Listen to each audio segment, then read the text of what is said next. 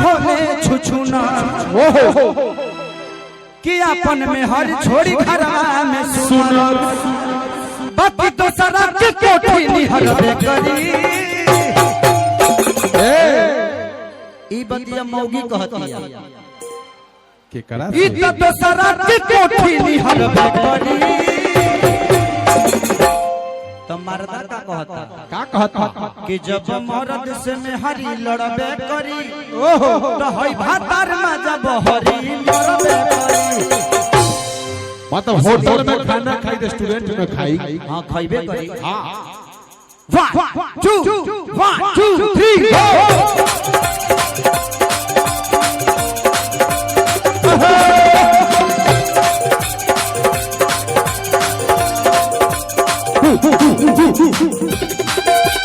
DJ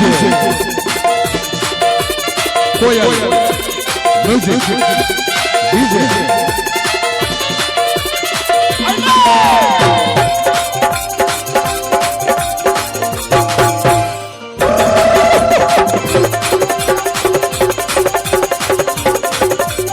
अरे मर्द के जात बड़ा हो छुछुना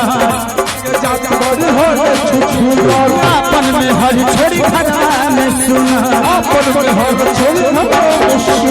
मर्द के जात बड़ा हो छुछुना अपन में हरी छोड़ी घरा में सुना बाकी तो सारा के कोठी निहरबे करी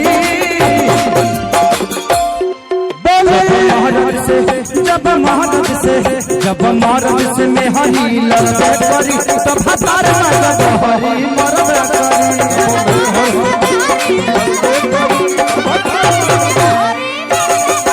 जब मर्द से हरी लड़बे करी तो भातार में जब हरी मरबे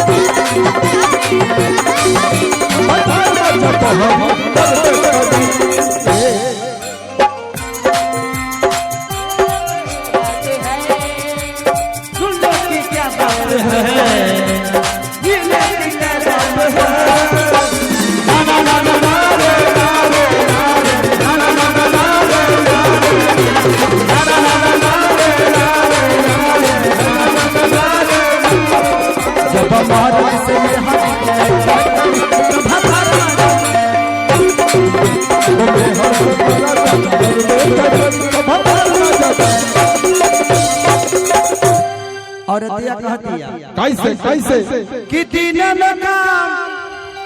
रात में आराम अरे करब तो बोलो ना करे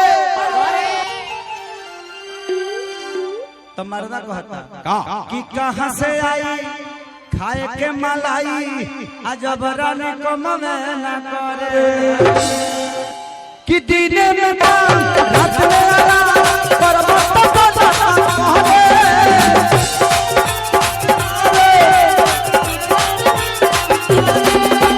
कहां से आई खाए के मलाई जब रानी कम में न करे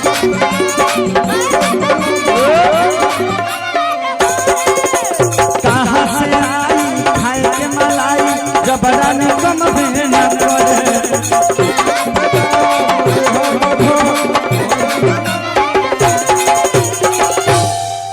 कि ऐसे बोला तो सब कुछ लहरबे करी तो जब महरत से में हरी लड़बे करी तब भातार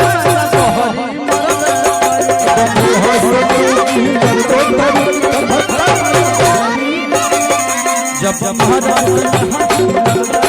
तब भातार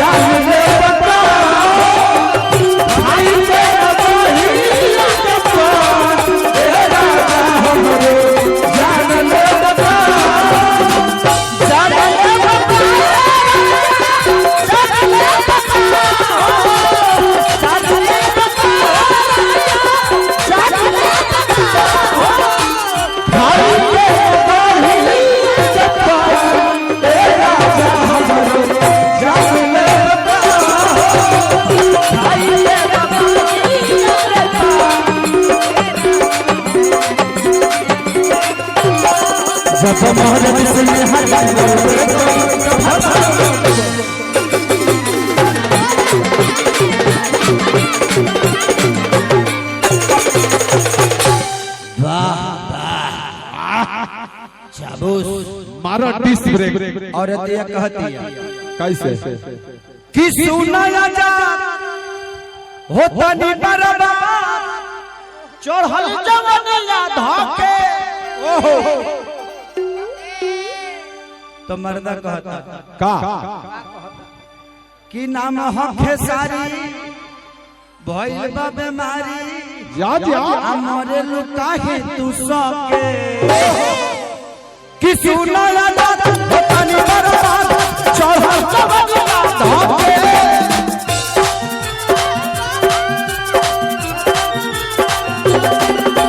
नाम खेसारी भइल बा बीमारी मरे तेरा निसो